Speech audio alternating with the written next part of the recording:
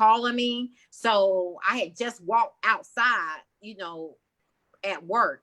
And so after she hung up the phone, I just kind of fell and collapsed to the ground because I was like, wow, what happened? So here I am. I had to run to go pack my stuff real quick, like drive home a couple of hours. And then when I got home, of course, all my family was, I went to my mother's residence, all my family was there. So they knew. So had they heard already? Yes, because actually my mother, and I'm going to get to that. So actually, my mother and all of them did go to the scene. So they were able, because I had to travel a couple of hours back. So my mother, my brothers, a couple of my aunts and uncles, they all went to the scene after they killed Jamarion. And so going to that, to that day. So he was killed August the 5th, 2016 at 1:30 p.m. And so, so from all of the information that was gathered by my investigator, Jamarion was basically sitting in the house. They battled. They knocked on the door. Is what they stated. He did not open the door, and so since he didn't open the door, they basically battle rammed the door open. And a lot of people gonna say, "Well, how did they know he was in the house?" Yeah. Well, actually, they sent in the maintenance guy to confirm that he was like in the house, that he was in the house. And so the maintenance guy was the one who told the officers that he was in the house and that he was there alone. And actually, he was at a friend of his house that day. And so going to that day, they knocked on the door. Being that he did not answer, they bust the door open. And there's a video. I'm not sure if you all saw the video that shows the actual outside of the video. It shows what happened from the outside. So the apartment, the video that I saw, it shows the outside the apartment complex, and it's at the very beginning of the shooting is what I saw. Correct. It's at the inception of the shooting. So I'm not sure who's taking the video, but it's when they are very first entering into the apartment, or like a townhouse. Right, it's like a townhouse. Okay. And in the video, you hear them say, "Show me your hands." Like if you pay attention, you hear that. Okay. You hear them say, "Show me your hands," and then automatically it just erupted with gunfire. So the shooting lasted 3 minutes and 24 seconds, right? And I'm going to tell you how the shooting went. It was like you hear them say, "Show me your hands," and then you just hear pow, pow, pow, pow, pow. Pause. Pow, pow, pow, pow, pow, pow. Pause. But throughout all this pausing, they were yelling, "Put the gun down, put the gun down." Pow, pow, pow, pow, pow. Pause. Put the gun down, put the gun down. Pow, pow, pow, pow, pow. Pause. And then in the end, you hear pop, pop, pop. Right? And so with that being said, the shooting that lasted 3 minutes and 24 seconds. So my investigator uncovered that video. And so with his investigation, you can see where there were it was like 17 officers there on site. So basically they battle rammed the door open. Over 90 rounds were fired at my son.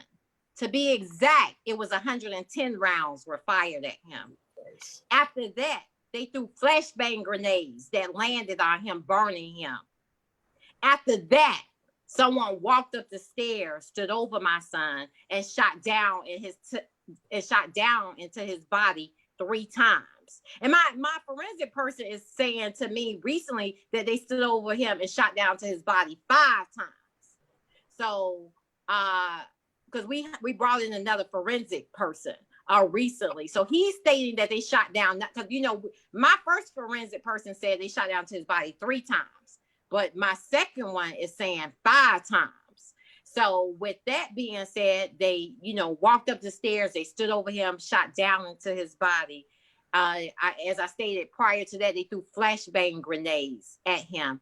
After standing over him, shooting down to his body, they handcuffed him after that and drug him down the flight of stairs, where they dropped his body, in the living room for over 8 hours with no medical aid rendered. Okay. Let's dissect this a minute. because we want to know. I'm a mother. I want to know. What cause did they have to go there in the first place? Where actually on August the 3rd, they contact me because on July 11th, Jamarion poured gasoline in my townhome, right? And so when they called me on August the 3rd, they stated that they, wanted to contact him if I had his phone number. They wanted to talk to him, about the pouring the gasoline in the residence. But he had an episode. And then after Jamarion was killed, and I read his mental health paperwork, he put that he would sleepwalk. Like it stated that in his actual mental health paperwork. So basically, he poured gasoline into my townhome, and I just woke to the smell of gas. So on July 11th, so I called the police. Gotcha. So when they contacted me on August the 3rd, they told me that they were trying to contact Jamarion in reference to that incident, right? So they told me, so they asked me for his number, and so that's how they got his telephone number to track him to his friend or his girlfriend's residence. Okay, let's pause here. So we've got several people that have begun to join the live because we're where we need to be with that. Okay, and so let's bring everybody up to speed really quickly, and that is, we're talking about Jamarion Robinson. And I've spoken about him for the last probably case and what we've been able to research and find out. We are now speaking with his mother. Jamarion Robinson was a young man, 26 years old, that was shot 76 times over, you say, I read over 90 shots fired, but you say more. Well, actually, we always say over 90 rounds were fired at him, but to be exact, it was 110 shots fired. 110 shots fired. 76 of them went into his body. He had a total of 76 bullet wounds, bullet holes to his body. And that does include entry and exit. Entry and exit. Jamarion Robinson had previously been diagnosed with paranoid schizophrenia. So with that diagnosis, basically bringing everybody up to speed, he may have exhibited some bizarre behavior because he had a diagnosis, correct? I mean, I think that's fair to say. Correct. Yeah. You smelled gasoline in your home. You didn't have any idea where this odor was coming from or why it was present. You did what anybody would do, and that's called 911. Right. Because there's a smell, an odor of gasoline in the home. Something's happening. Okay. Right. Now, they make contact with you, later date to make contact with him. Correct. Proceed. Okay. And so that's how they got the telephone number to trace it to his friend's residence on August the 5th. And so going, and for some of your listeners that's just joining, as I stated, over 90 rounds were fired at him. Flashbang grenades were thrown at him, landing on him, burning him. Someone walked up the stairs, stood over him, shot down into his body several times. Then after that, he was handcuffed and drugged down a flight of stairs where his body was dropped in the living room for over 8 hours with no medical aid rendered. My mother, my brothers, my aunts, my uncles, they all arrived on the scene. My mother she was hysterical. She was going, why? Of course. Like, why? Why would you all do something like this? Why? So the GBI lady walked up to my mother because she was going off. She was just going off on them. She was like, this is not over with now. This is not over with. Don't think this is over with and you all have gotten away with it. She was like that with them. And then finally the GBI lady walked up to my mother and said, oh, we were looking for him from a week ago. He pointed a gun at a police officer and took off running. And then she showed my mother and my two brothers a photo of the person she was looking at, because my mother was standing there as well as my two brothers. And when she showed them the photo, my mother went, that's not my grandson. My two brothers went, that's not my nephew. And then my older brother flipped out his phone and showed them a recent photo of what Jamarion actually looked like. And that photo probably was about 2 or 3 weeks old. It was like a very, very recent photo of Jamarion. And he was just sitting outside with his kufi on, with a white beater and earbuds in his ear, because he will always be listening to music or what have you. But so the GBI lady asked my brother, hey, can you airdrop that photo to me? And my brother did. They took that photo, dropped it on the news that night, and said East Point man had a shootout with police today. Can I do something, Miss Robinson, out of respect, Tosha, if you don't mind, and Rhonda as well? Jamarion was 26 years old when he was killed, when he was murdered. And that's a very short life. I consider him a brother to me. I didn't even know him, but hearing your story and hearing his testimony, it just seems like he was the guy right up the street, the next door neighbor, a friend, a brother to many. I know a son to you, somebody who I'm kind of jealous because I didn't get to meet him. Can we, the viewing audience, and just take a pause for a moment and take a moment of silence, 26 seconds, to represent his life and honor his life at this moment, because it's going to give us a moment just to breathe, and then we can continue if you don't mind. I agree.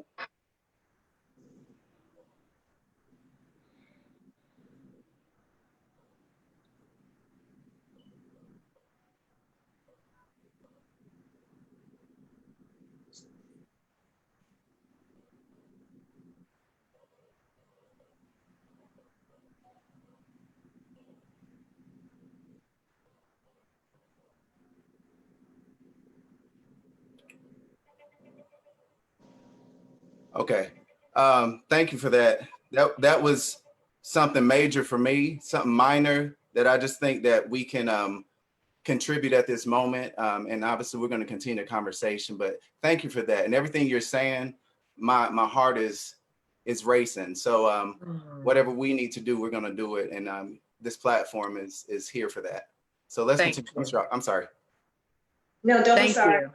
Thank you. No, don't be sorry at all. I appreciate it. Everything. That was intentional. Go ahead, Tosha. So, Mom,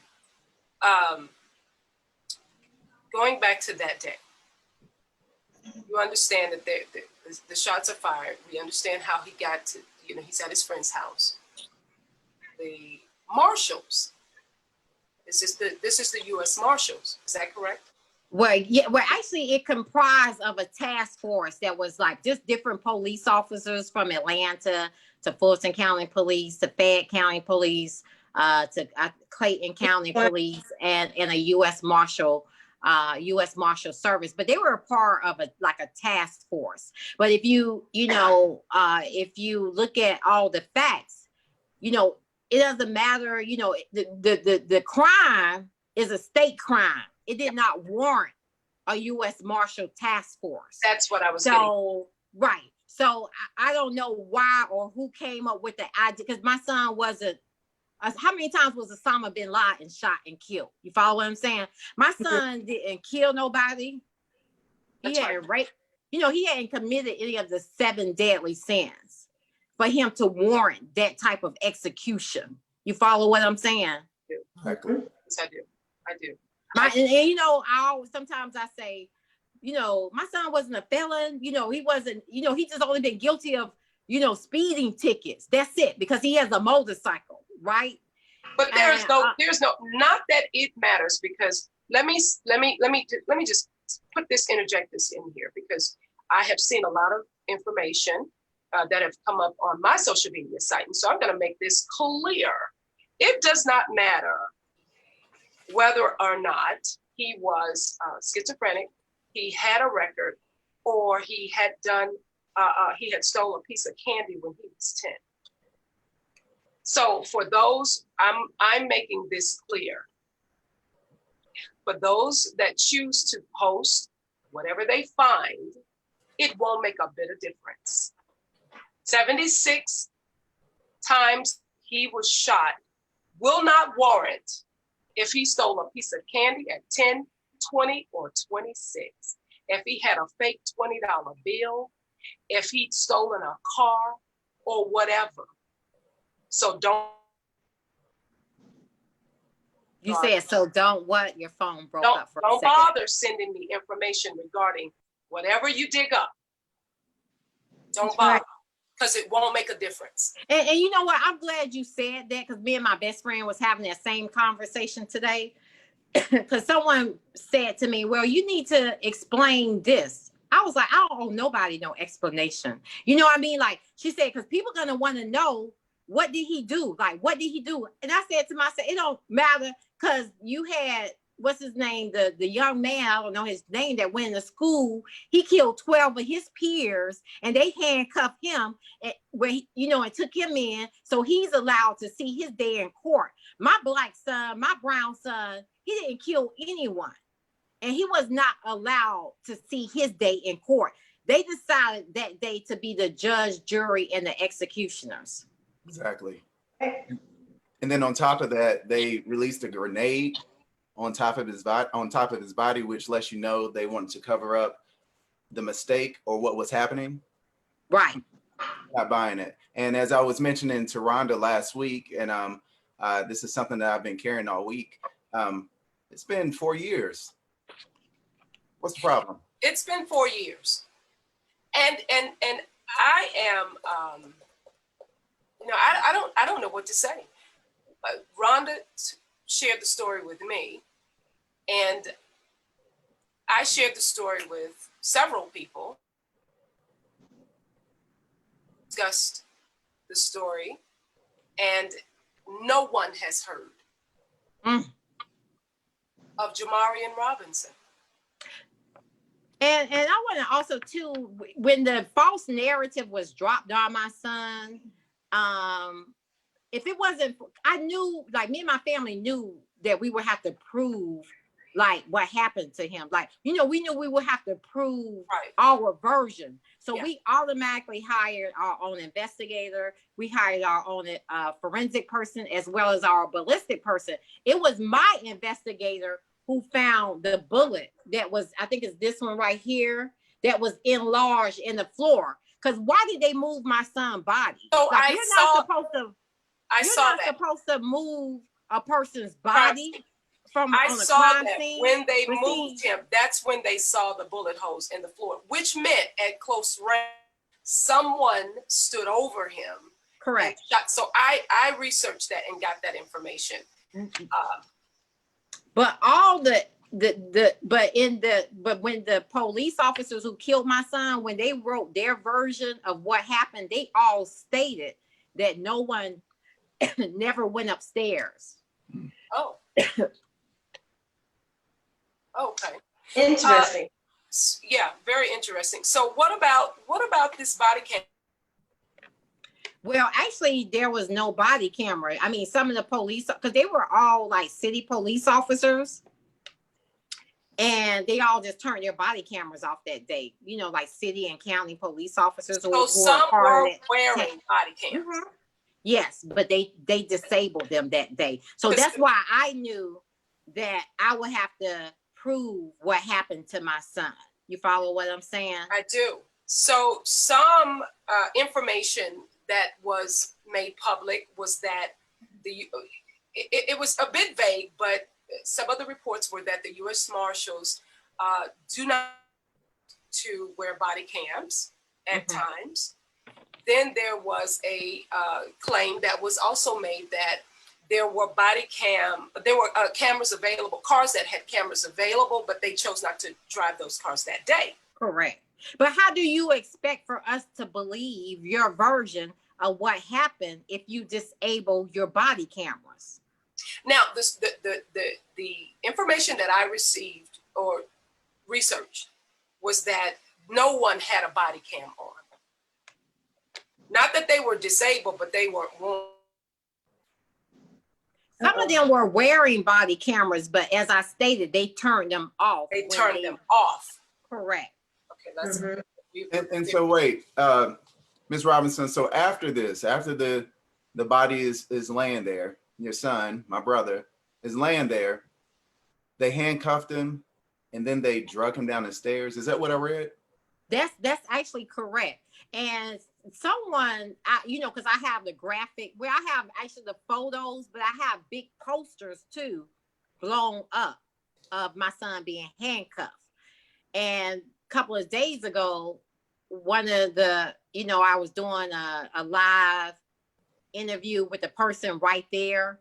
And he was like, he was like really just tuned into the poster. And he was like, oh my God, look at how tight the handcuffs are.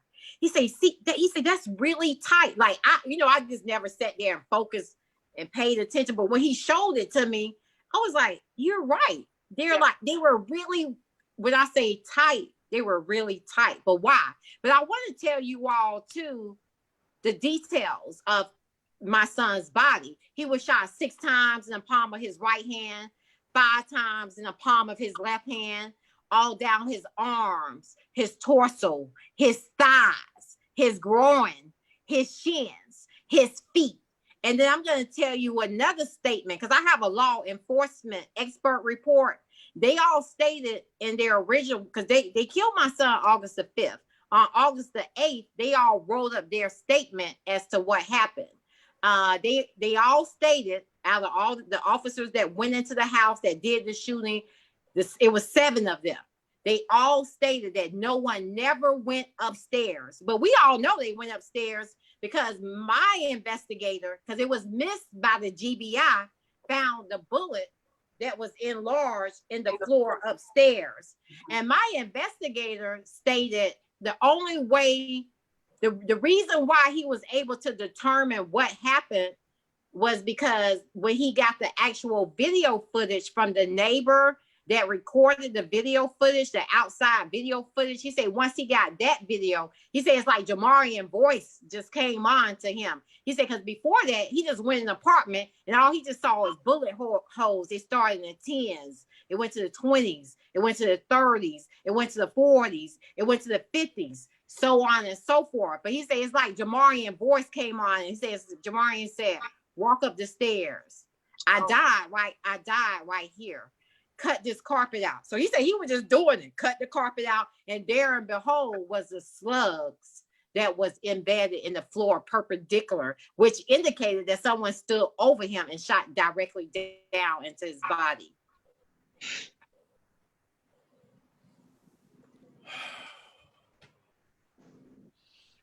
I remember you saying, Monteria, at the march of June 27th. I remember you saying your son's body is the body cam.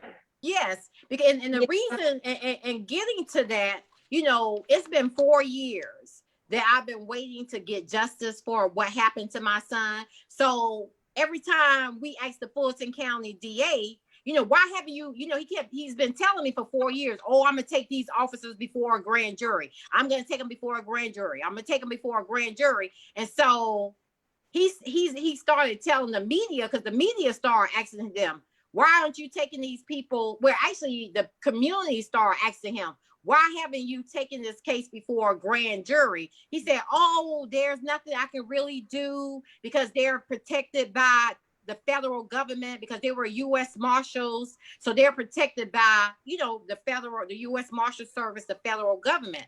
And so I rebutted back to that. And I said, no, they're not. So I produced this document right here to the media. And in this paragraph right here, this paragraph actually states that they were not federal employees, that they were contractors, right? And the DA was also stating, because he made the arrest. Oh, check this out. He made the arrest. You all recall on May 30th, when the college students was tased in Atlanta, Georgia. Remember that incident? Mm-hmm. One of the officers that was involved in that incident, his name is Willie T. Sauls.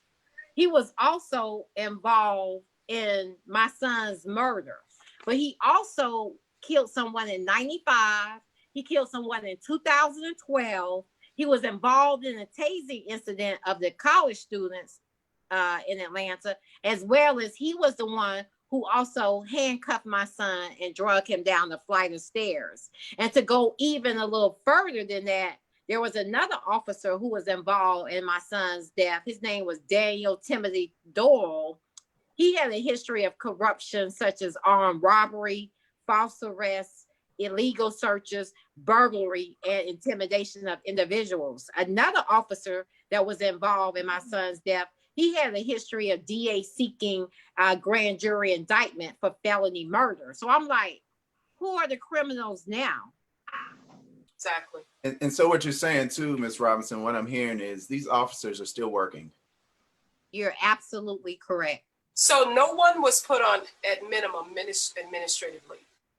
And that's what's tripping me out, because we have our the mayor and the governor in Georgia. They're coming on the news. They kept doing all these press conferences, and they've been talking about what's going on in other states. I was like, no, let's talk about what's going on in the state of Georgia. So when everything kind of just really popped off during the month of May, I was just doing a lot of media, a lot of radio, but still my story has not gotten outside of really Georgia. It's like, CNN has been following me. They've been following my story because I know the CNN reporter. My attorney provided them with all the evidence, all the facts pertaining to my son's case. And I asked her, like, the CNN lady a couple of weeks back, probably about 6 weeks ago, hey, when are you all going to air and run my son's story? You know what she said to me? I'm still trying to get them to air it. And so when I rebutted back with this paperwork with Paul Howard showing that they were not federal employees, so he came back and said, oh, because they started asking him again after he arrested or charged the officers with Rashad Brooks killing. So you guys are familiar with that one, right? Absolutely. That happened at the Wendy's. So he made the comment that, the reason why the officers have not been charged in my son's case is because that there were no body cameras. So I came back again to the media and I said, my son's body is the body camera. Exactly. So what more evidence? What facts? What else do you need? Because body cameras didn't come into effect until 2014, around that time. So how did they determine, whether people were innocent and guilty? They had forensic, they had investigators. You went based on evidence, facts, findings, et cetera, et cetera. So my son's body is the body camera. Let's get to it. And so what I've been doing, what I started doing, because when, right after the virus kind of subdued, right before Ahmaud Arbery was killed, I dropped my son's body on Facebook, like the graphic photos of him on Facebook. I got over 5,000 shares. And then about 2 days later, I dropped it on TikTok. I got over 84,000 followers. Really, I got more than that. But I had got over 84,000 views, followers just from that. And I said, you know what? I'm about to start doing things my way. I'm done with all the excuses. I'm done with the lies. So I was like, you know what? I got my foot on their necks and I'm not letting nobody breathe. And so just with everything that's been going on the last several weeks, the old DA who we had, Fulton County District Attorney Paul Howard, he's been the DA for like 24 years. But this term, we just had our election August 11th. He got voted out or he did not win because he's been sitting on over 40 something cases that pertain to police brutality cases. Wow. As a matter of fact, Atlanta's ranked number 10 with the most fatal police shootings. That's facts. Number one. Number two. I've got an audience member that is asking, as you're at this point right now, they're asking specifically, what did the mayor say? What did city council say to you? Well, actually, no one, number one, has acknowledged what happened to my son. Like, they won't even say his name, like the mayor, the governor. They won't even say his name, but everyone knows. Like, because when I say I go to, like, last 4 years, I go to Sweet Auburn Festival. I go to Malcolm X festivals. I go to the Juneteenth Festival. I go to just about every event that Atlanta have, and I get on stage and I be in the raw.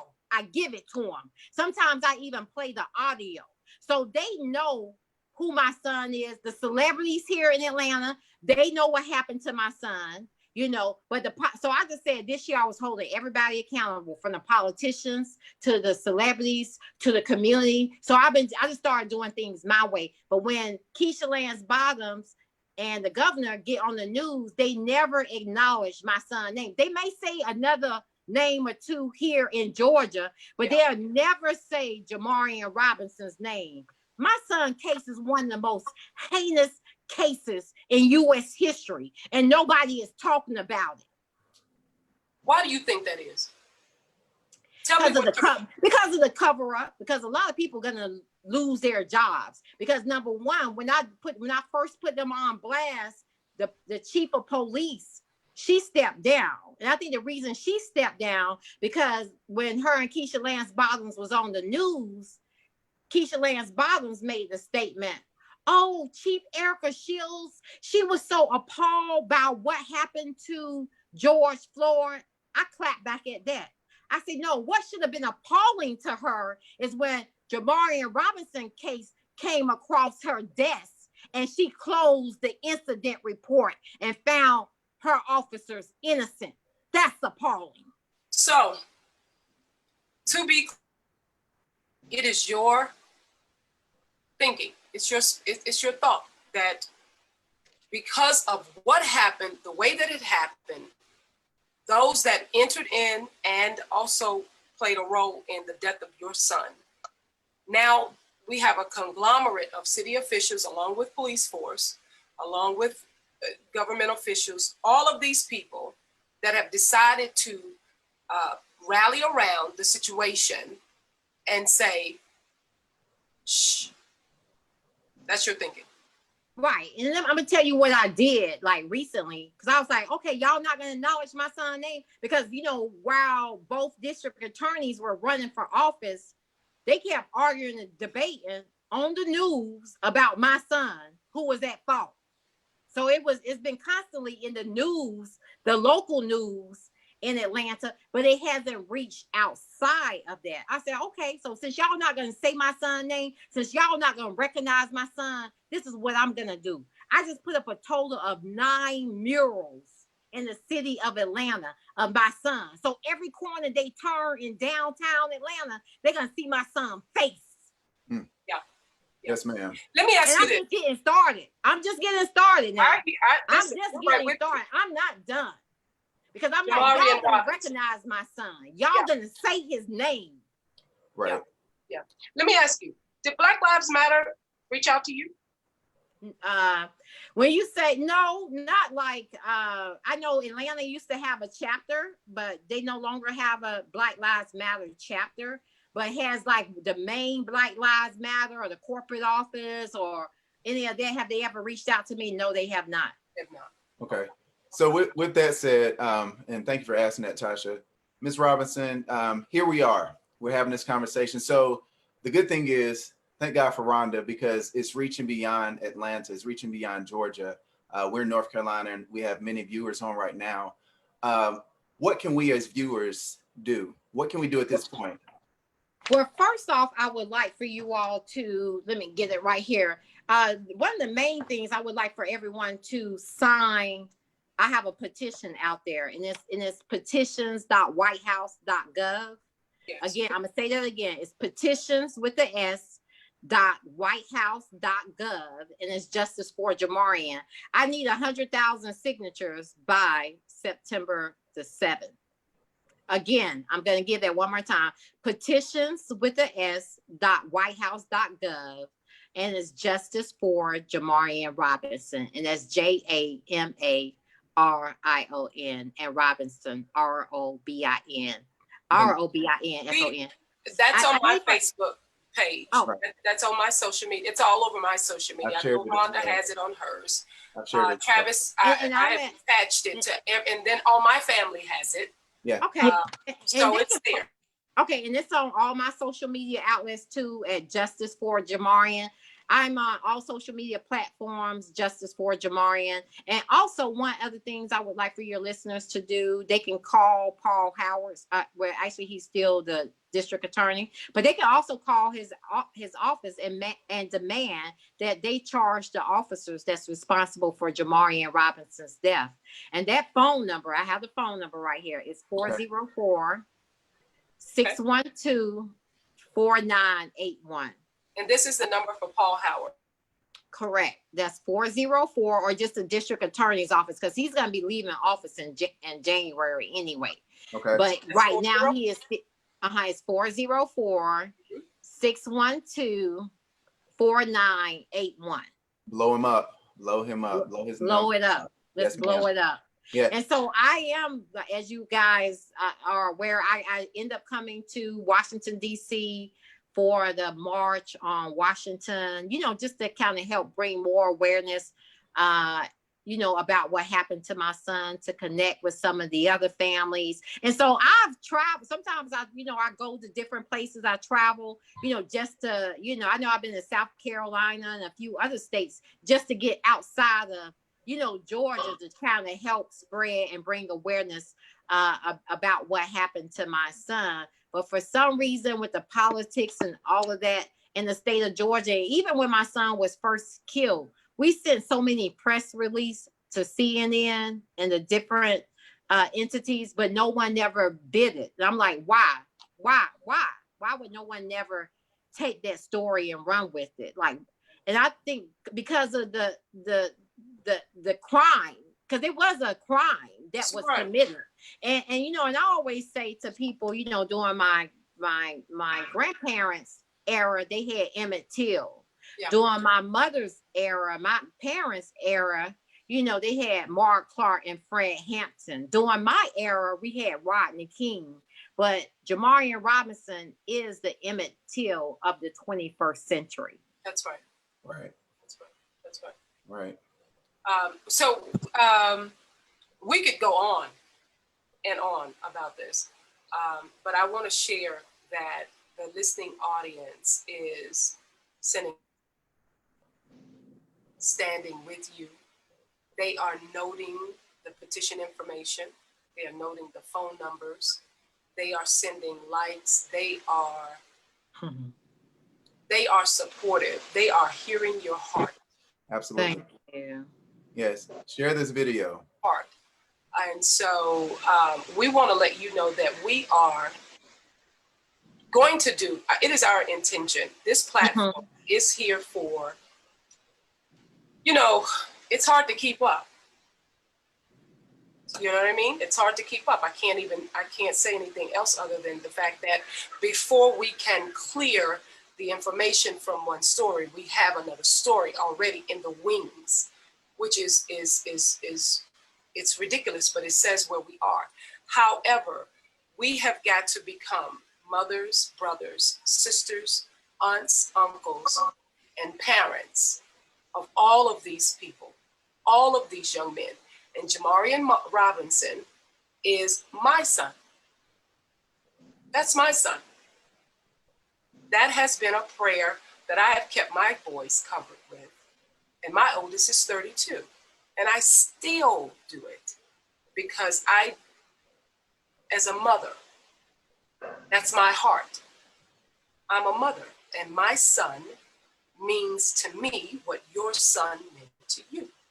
It's very, very easy for me to co-parent with you in this fight, to find out what has happened, why did this happen, and then where's the justice for your son? And Ms. Robinson, where's your justice? Right, and I'm gonna share this with you. I had a friend just recently who's in his 30s.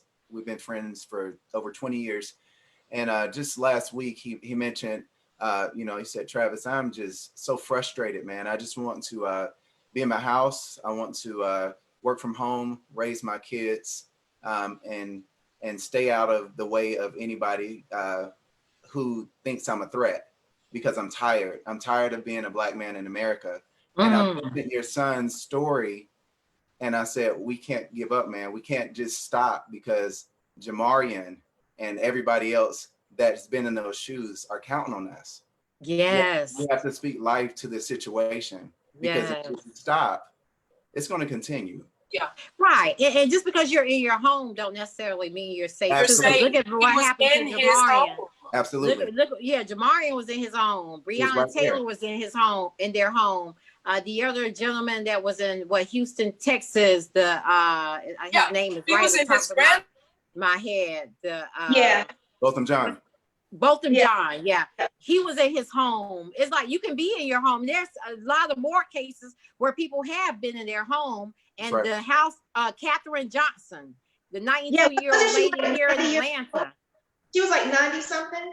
I think she was 92. The same thing that happened to Jamarion or Katherine Johnson was the same thing that happened to Jamarion Robinson. You follow what I'm saying? It's the same exact scenario. Right.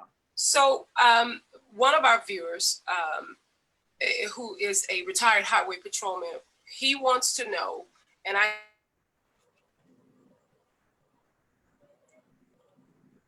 your son is accused of. Uh-oh, go back. Your phone went out. Okay. Yeah. So one of our listeners, one of our audience members, he is a retired highway patrolman. And what did they say to you as to the reason, what was your son accused of? Well, actually what their narrative was, remember I stated that they stated they were looking for him from a week ago, that he pointed a gun at a police officer and took off running. They're saying that's what they were looking for him from. But based upon the law enforcement expert report that we got from my law enforcement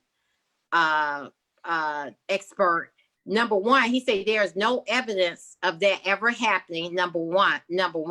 Number two, a lot of the documents were forged, changed, and basically made up from what happened the week prior.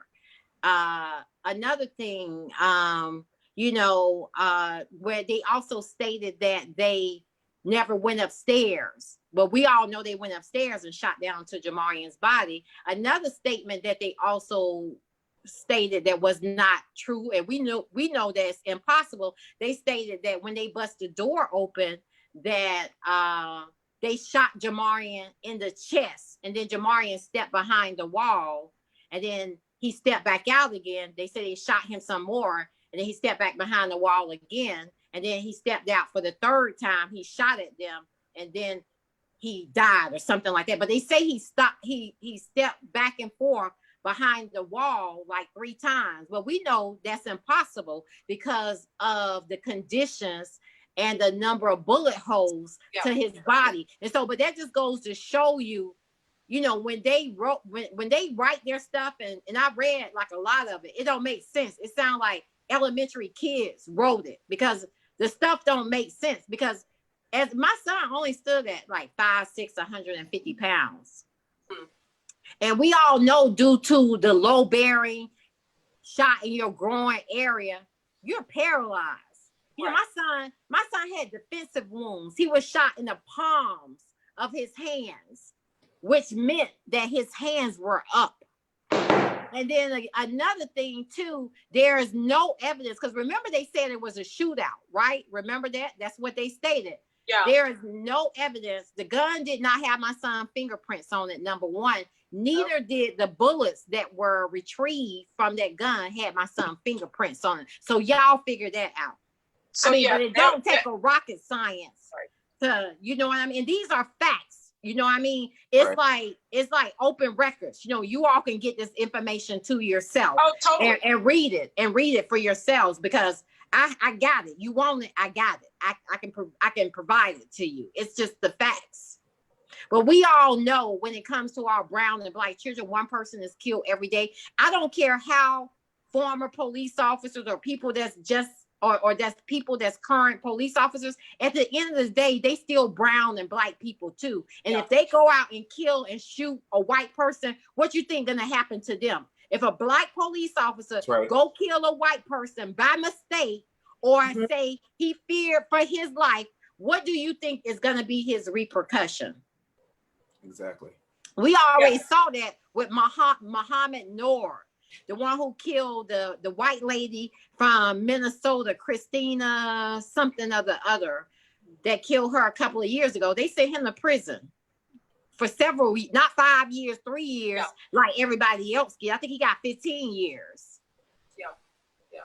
Yeah, I read the conflicting reports. I read, and as you say, this is public information. This isn't anything that anybody has to go very deep to get, actually. If you go to one portion, and there was conflicting information in police reports regarding the fact that it was initially thought that he shot at police at the scene, and then they discovered that the gun was inoperable. Right, so that's another thing. Yeah, right. Mm-hmm. So he shot a gun that wasn't working. Correct. So the alleged gun wasn't working, that they said that he used to shoot at them, which is why they shot him. Correct. And then also in the law enforcement expert report, and I got my notes right here, but it was 2 officers, the 2 that were in the front that like actually say they saw my son. One of them said he got a gun, but the person that was standing right next to him said he never saw a gun. So so we're talking about. Yeah, so that's like another thing. Like one say but you got to remember, let's go back again to the story of the college students that were tased. Did you guys watch that video? Did you all hear them say, gun, gun, gun? Did you all hear that? Did you all hear that? I know I heard it several times, but there was never a gun. Right. So what is somebody with an open fire? But they did the same exact thing to my son. So I said, if they did that while the news media was standing right there and people filming, imagine what happens when the cameras are off. Not watching. Correct. Yeah. So no, we do not believe their false narratives. So our retired highway patrolman, who's also with Marilyns agency as well. So he kind of weighs in as our. Okay. We can't let this go away. This is a case of the system protecting the officers without appropriate investigations. Correct. So this is what you know, but these are just the facts, and this is why you're here. That's why I'm here. You know, that's it. And you know, and it's and people need to do their research, because in just the city of Atlanta, there has been over 130.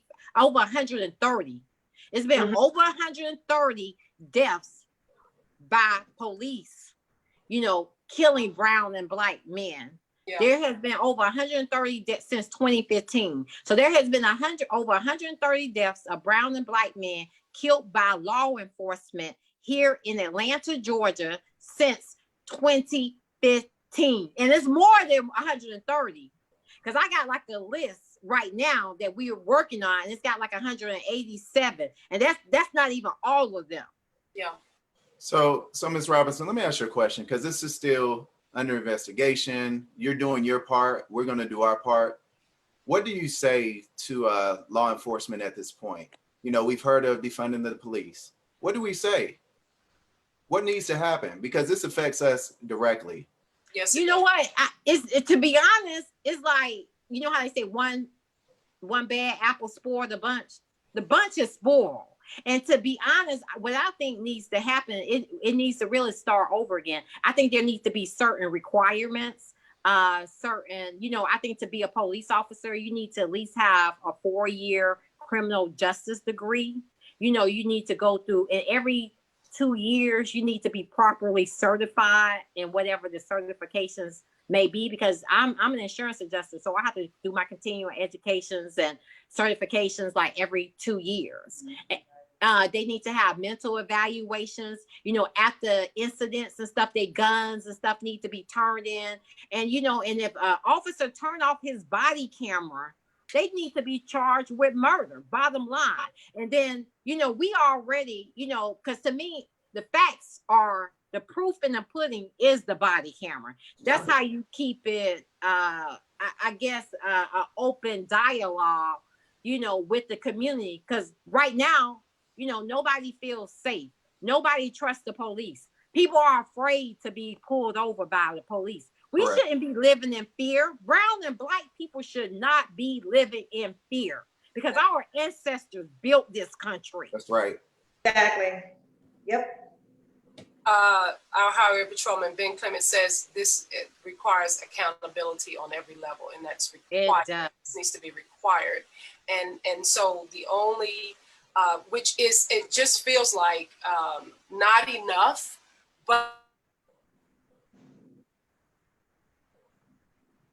so many people right now, like blowing up the thing here about the outrage, about just this is disgusting.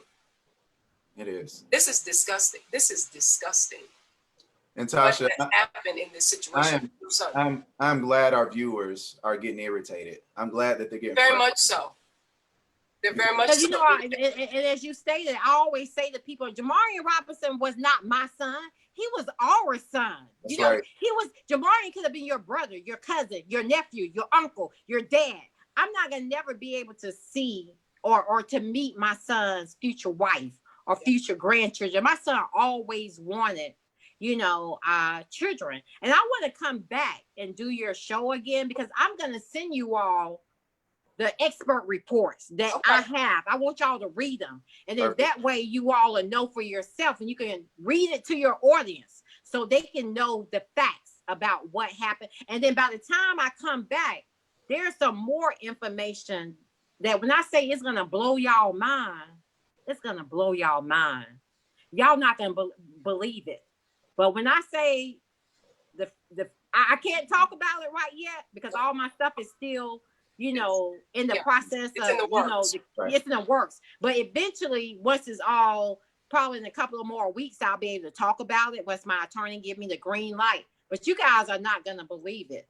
But when I say my son is like the Emmett Till of the 21st century, that he is. And in the meantime, I'm gonna let y'all do some more, you know, like homework. I'm gonna send y'all the reports, the expert report, so you can read it. And it tells you everything that happened to my son from A to Z, and all the facts, all the findings, all the reports that was taken by the GBI, et cetera, et cetera. It's all broken down in my law enforcement expert report. So that way, when you come back to your audience, you're gonna be like, Miss Robinson told us this. She was right. You know, all the facts, everything is there. But it's gonna, I'm pretty sure when I come back, I'll probably be able to share some new evidence that was found out about my, because you know how they say everything you do in the dark gonna eventually come to the light.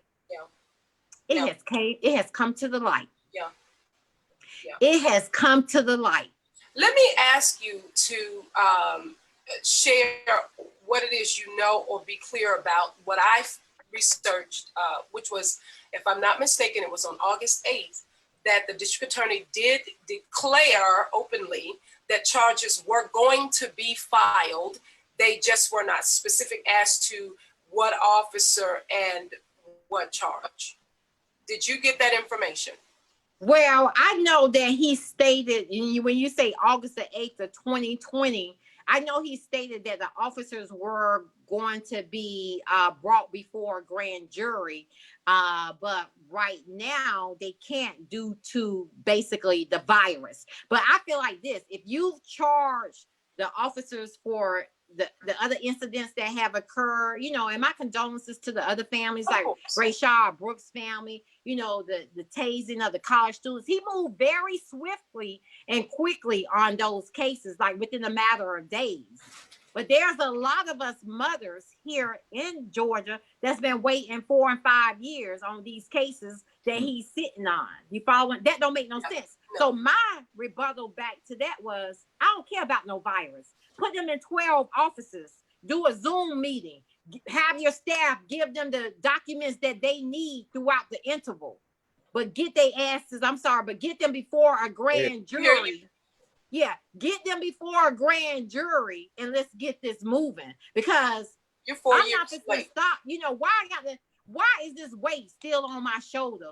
I haven't been able to mourn, and I'm 4 years in. That's why I'm so angry now. It's like, because if you saw me 2 years ago, you'd be like, oh, Miss Robinson, so nice and so sweet. But like, I'm in that angry phase because I feel like I've been listening to y'all. I've been working with y'all. Yes. I've been trusting the system, and y'all still haven't done y'all jobs. And so in order to keep your job, you're making swift charges against new cases that's not even a couple of days old. But you got mothers like myself and several more that I know that, you know, that we be all out together, you know, that you haven't done nothing on any of our cases. But you're see, giving us excuses. Exactly. It seems to me that the cases that they are going so quick on are the ones that are being televised. They have video, right? Or they're the celebrity that gets behind it and says something, and then boom, it gets all the attention. And you're not asking for all that national attention as much as you just want justice. And that's the part that I want everybody to be clear about. Nobody is trying to go out there and say, well, this mother just wants the attention. No, this mama just wants justice. And now we want justice with her because we had no idea. The day that I met you, I had no idea about your son, but I knew all about these other people in different cities and states who are my brothers and sisters as well. But I knew about them because it made national coverage. What we don't know, we don't know. Right. But you on this show and telling us exactly what happened, the facts that you have researched and studied about your son is what matters.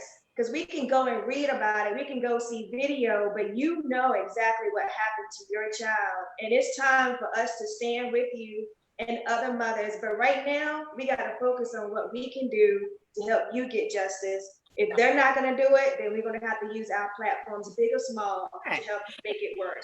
Yeah. But I'm glad that you said that, because even the Fulton County DA said to me June 2nd of this year, he said, I'm surprised a celebrity hasn't got behind your story. I don't need no celebrities. I need for you to do your job. That's right. You follow what I'm saying? Why I need a celebrity to elevate my case? You need to do your job. Now so many people are on him because I've been out so aggressively in the community, you know, after the killing of of Ahmaud Arbery and the march and protesters, I was going out. Me and my best friend was going out like every day, like in the city of Atlanta, when everybody was just out in the street, and I was going on every stage talking about my son's story. That's how I met Rhonda them. I was just out in community. And I think Rhonda, I don't think y'all, when you heard me, I don't think y'all were standing right there in front of me at the time. I don't know if you guys were down the street or something like that. You always like, what was she saying? I know it was important. We got to get what she's saying or what have you. So when they finally called up to me, then I was able to share my story. But the celebrities here, like when you think about Atlanta, what celebrities come to your mind? Y'all name some. I won't. You won't name? Well, I'll name them. Okay, number one, T.I. All right. T.I. Killer Well, Mike. I was gonna say reality show people, T.I. but Killer Mike, Portia Williams, like they all know my son's story. Come on, Mom. The Housewives of Atlanta, they all know my son's story. You know, everybody, because they've heard me. You know what I mean? People have shared my story with them. Even, you know, even when my son was first killed, like they know my story. I've been in certain rooms and platforms and on stages where they've heard me. But have y'all one time saw any of them get on the stage or utilize their social media platform?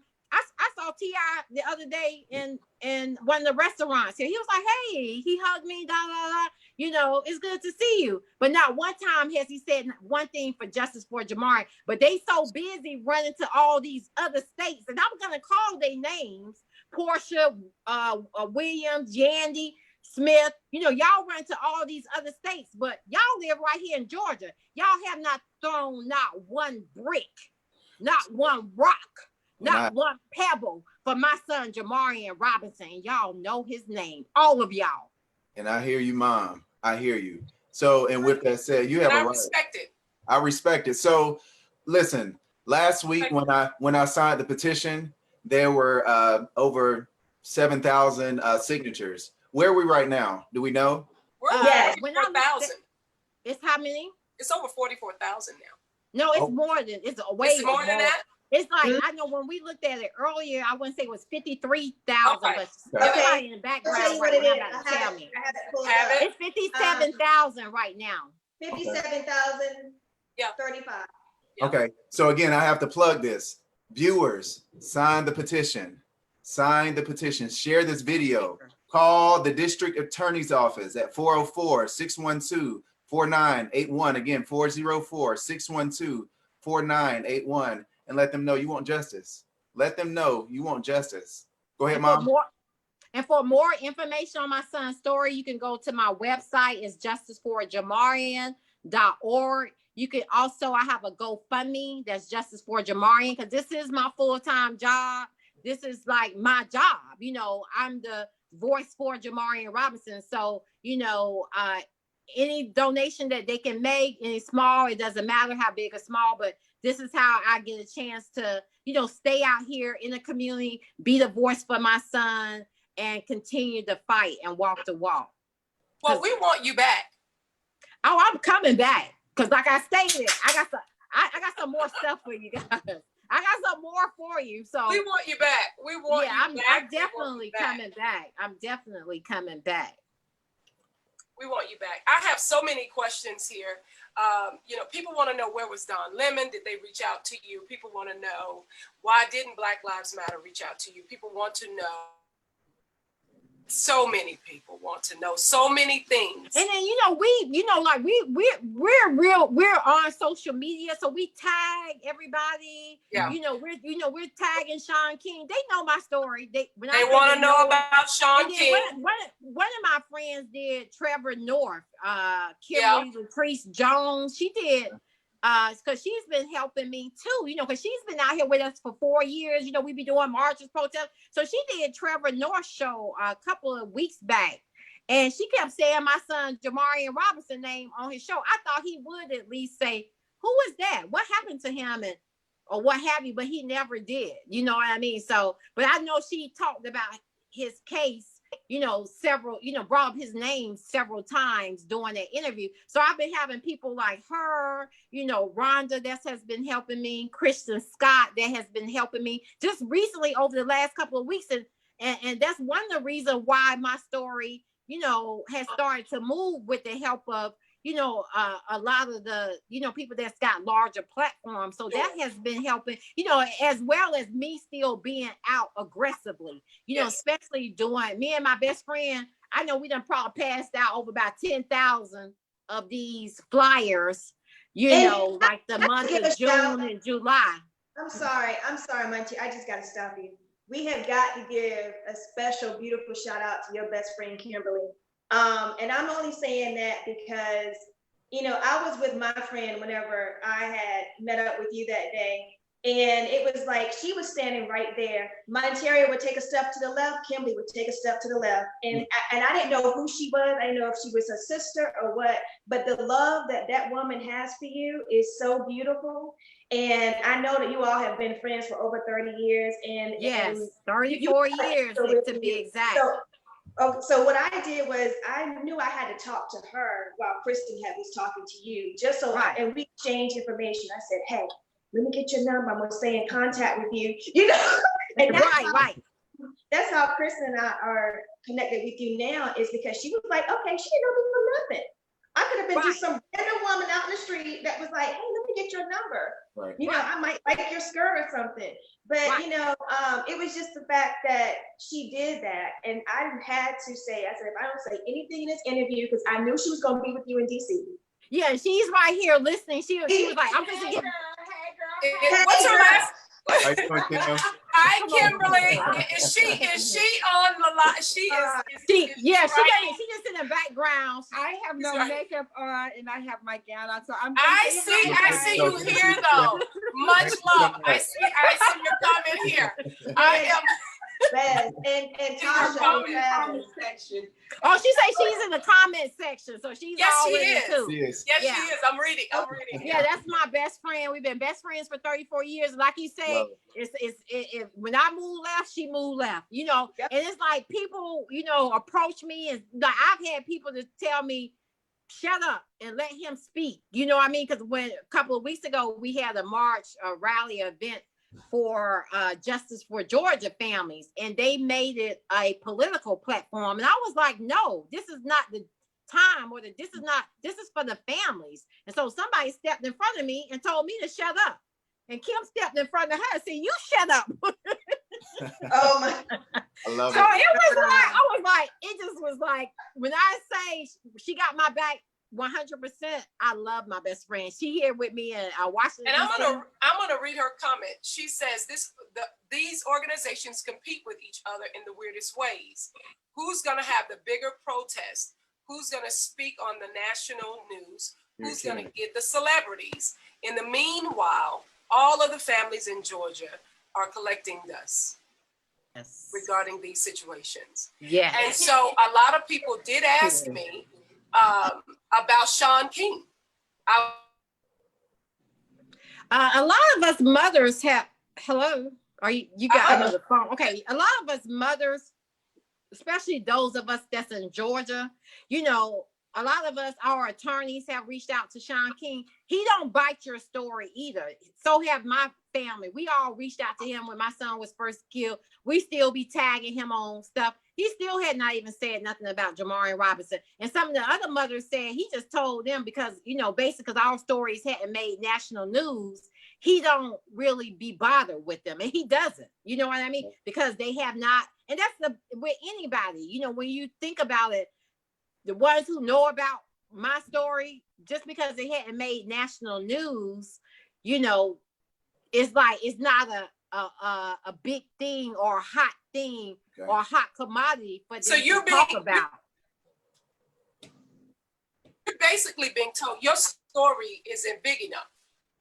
It's not high profile, is what they're saying. Right.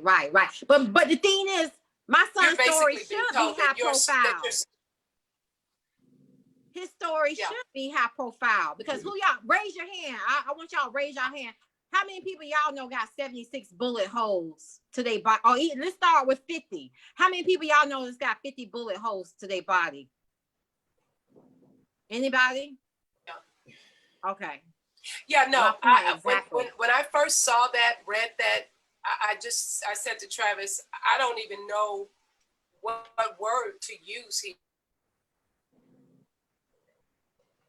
I don't have a vocabulary for 76 bullet holes in the body, not shot, but that's in the body. That's right. But how do you explain that? How do you justify that? How do you justify that? How do you justify it? Like, how do you say, what you gonna say? Oh, we shot him 20 times. Then he got up and he started shooting at us. Then he fell back down. I mean, like, how do you justify, like, what are they gonna come up with to justify shooting him that many times? But you know what? I just think they thought my son was nobody. And to be honest, I know a lot of mothers that just take their word for what happened to their children. Because they use like the same three things. Either they had a shootout with them, they had a gun, they was in a fear of their lives. It's the same false narrative over and over. And several mothers have told me, I just didn't know what to do. You know what I mean? They just say they just didn't know what to do, so they didn't do nothing. And so being that they gave them the false narrative, they just left it at that and went with that. And I was like, I'm like, no, I'm not buying that. You know, come with a better narrative than that. And even when my son was killed, you know, my sister, we called the GBI lady like a few days after my son was killed. And my sister was like, said to Cynthia Atkins, they're saying on the news my nephew had a shootout with police. She said, that's not even in my nephew's character. She said, my nephew is a student athlete, you know, at Tuskegee University. And my sister said, are you saying, she said, well, the GBI lady said, well, a gun was found on the scene, but we don't know who shot it. That's what the GBI lady said. And so my sister said, well, I tell you what, I wouldn't see the gun that y'all say he had. I want to see the trajectory of the bullets. I want to see the gunpowder residue on his hands. And she said one other thing. And then the GB, and she said they are checking his hands for gunpowder. And the GBI lady did say, yes, they are. And then the GBI lady said, well, who is this? Because my sister had her on speakerphone, and she told her name, and then she spelled it in military lingo. So she wasn't expecting it, because she didn't expect my sister to know. I wanted to see the gunpowder on his hand. I wanted the trajectory of the bullets. I wanted to see the gun itself, and what now? And I want to see, I want to make sure his hands was, checked to see if his fingerprints are on the gun. She said, so I want to see all of that. And she was like, who is this? And so when my sister started spelling her name in military lingo, she just wasn't expecting that. And my sister said, I'm going to tell y'all what, y'all better have y'all I's and y'all T's crossed, because y'all just mess with the wrong family. Yeah. Wow. Much respect. Well, so to be continued. To be continued. That's it. To be continued. That's it. Continue. Mm-hmm. There is an outpouring for you.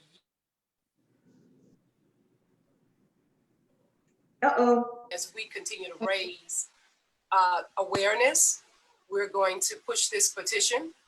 I have put it in group text messages. It's the easiest thing to do.